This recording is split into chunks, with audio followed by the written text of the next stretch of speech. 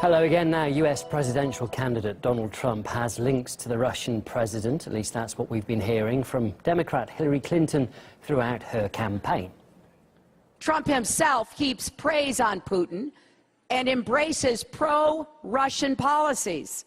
Donald's very praiseworthy of Vladimir Putin. You continue to get help from him because he has a very clear favorite in this race. Donald really is as healthy as a horse. You know, the one Vladimir Putin rides around on. So you might wonder then why she is making these connections, and a possible answer might lie in WikiLeaks, which released a new batch of emails from the account of Hillary Clinton's campaign chief. Walk back and escape from her statement that finally we are where we need to be against ISIS. We are not where we need to be. We are far from it. Most voters do not believe it. And when the next terror attack comes in America, which it certainly will, she will be branded in hot iron with that statement. Best approach is to slaughter Donald for his bromance with Putin. The man in that email exchange giving advice to the Clinton campaign chief was Brent Badowski, a columnist for The Hill and also The Huffington Post. Medina Korchinova discussed the latest leaks with him. Well, first of all, the part about branded with a hot iron is not authentic. I went back and looked at the original email, and that was not in there. I don't talk that way. I wouldn't say that, and that was not in any of the emails. So whoever added that fabricated that. As far as slaughtering Donald Trump about it, yes, I said that.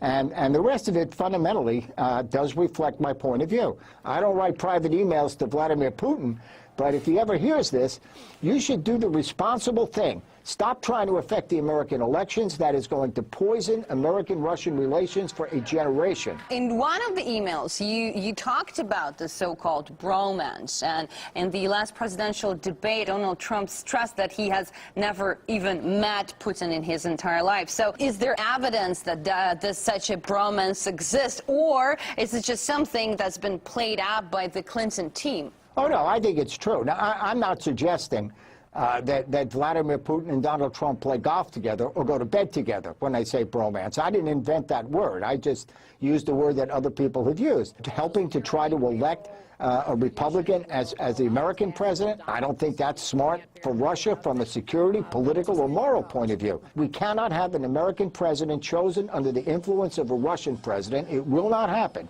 Trump is going to lose. Let me just interrupt you here. Is there actual evidence that there are links between the two, between Donald Trump and Vladimir Putin? Everybody's talking about that there are ties, but there's nothing being presented as real evidence. No, the evidence is that the Central Intelligence Agency and American FBI and most intelligence agencies around the world believe, are convinced, are totally convinced that Russia is behind much of the hacking of the emails. Russia is behind attempts to infiltrate American election machines. Even so we just need to take their word disagree with Trump about this and agree with me. Excuse me? So we just need to take their word for I'm it. sorry, There's nothing being actually shown. Look, I will tell you right now, we'll see how much influence I have. I have urged the American government to publicly release the proof. Now, for intelligence reasons, as Americans and Russians both understand, they're reluctant to do it. But every single law enforcement and intelligence office and official that has looked at this, not just in the United States, but among our allies that has looked at this, they all believe it's true.